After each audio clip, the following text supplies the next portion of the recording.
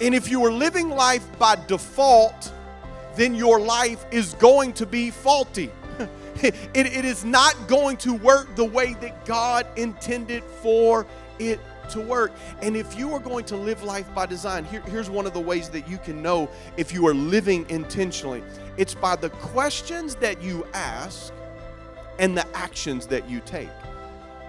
It's the questions that you ask and the actions that you take will let you know if you are living life by design.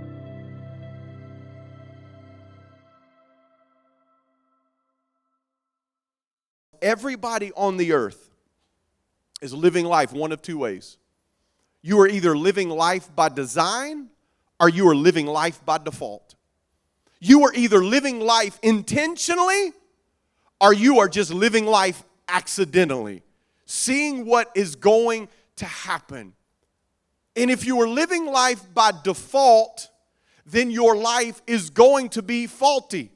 It is not going to work the way that God intended for it to work. And if you are going to live life by design, here's one of the ways that you can know if you are living intentionally. It's by the questions that you ask and the actions that you take. It's the questions that you ask and the actions that you take will let you know if you are living life by design. It wasn't long ago, and I got on an airplane. And when I got on this airplane, the little welcome video came on, and I was flying an American airline, Delta Airlines, and the little welcome video came on. And the lady was so nice and was smiling and welcoming us onto the plane. And then she said something. And when she said this, she said, "Here at Delta Airlines, connecting you to what matters most." And it was like I started to have this spiritual experience sitting right there in seat 33D. I'm right there and I'm having this experience. And she says, "Here at Delta Airlines, what matters most to us is connecting you to what matters most to you," which brings the question, what matters most to me? What matters most to me? And I started thinking about what matters most to me. And the obvious things came up, right? That we know what should matter to us. We start thinking, oh, well, my relationship with God and my family, those are the things that should matter. But then if you add just one word to that question, you might find yourself getting some different answers. And you go from what matters most to me to what matters most to me really. What really matters? What does my time say matter most to me? What does my finances say matter most to me? What does my energy distribution, what does that prove matters most to me? Not just what would I like to matter most to me, not what should matter most to me, but what matters most to me really. And man, I am just having this experience. Like I'm taking out my notepad. I'm writing things down. Like I'm having this existential crisis right here in the seat. And I'm like, oh God, what really matters most to me? And I look over, we hadn't even taken off yet. And I look over to the guy next to me and he's already asleep. And I wanted to hit him and say, hey, bro, you got to wake up. I mean, I'm having a crisis over here, and you better figure out what matters most to you as well, because it looks like you don't know. I just had to go through this. But then I had this follow-up question. The follow-up question was this. Does what matter most to me matter most to God? Does what matter most to me, after I work through all of the things that figure out what matters most to me, I had to ask myself, does what matter most to me matter most to God? You can answer it, tell them you're in church, you're getting coached up, it's fine. And so I went into the scriptures. And in Philippians chapter 1, this is what the Apostle Paul writes, and he says, I pray that your love will overflow more and more. There it is. You see, in the kingdom, you got to believe there's more. There's more love to overflow in your life.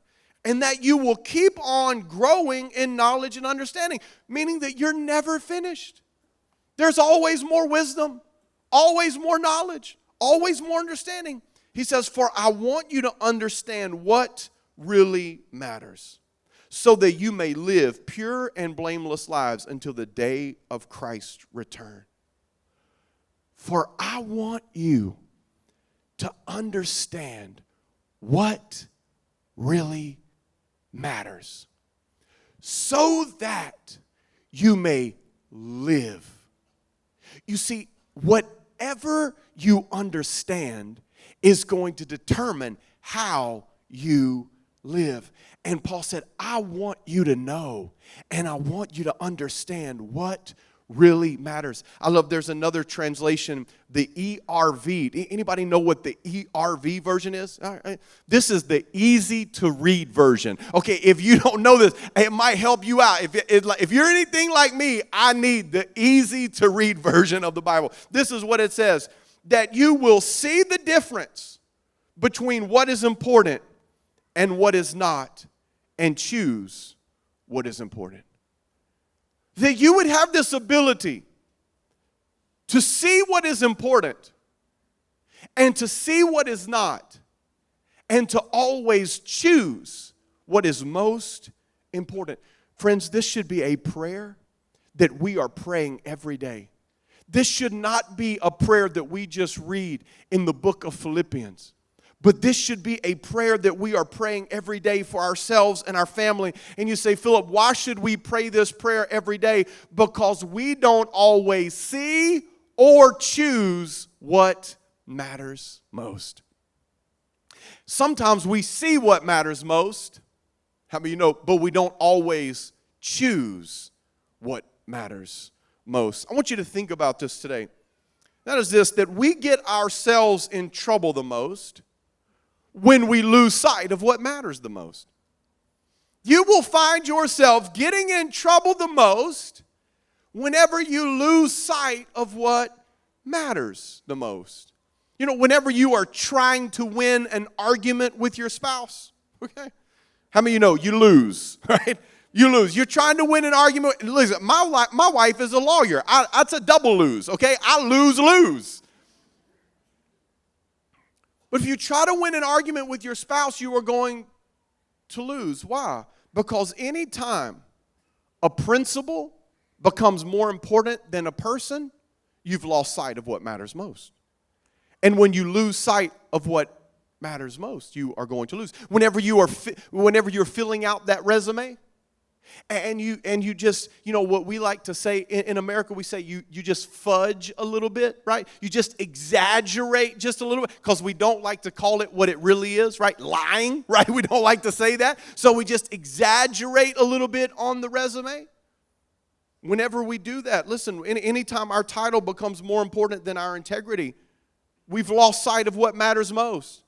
And when we lose sight of what matters most, we will get ourselves in trouble the most. And so this is what we should be praying. We should be praying, God, help me to see and help me to choose what matters most. Why? Because you moving into the more that God has for you depends on you being able to see and choose what matters most over and over again. But can I tell you, there's one thing that the enemy does not want in your life? The enemy does not want you moving into your more. The enemy does not want you experiencing a full and overflowing life. The enemy doesn't want you to step in to the promise that God has for you. And so the enemy will set up some roadblocks that will try to keep you from moving into the more that God created you for.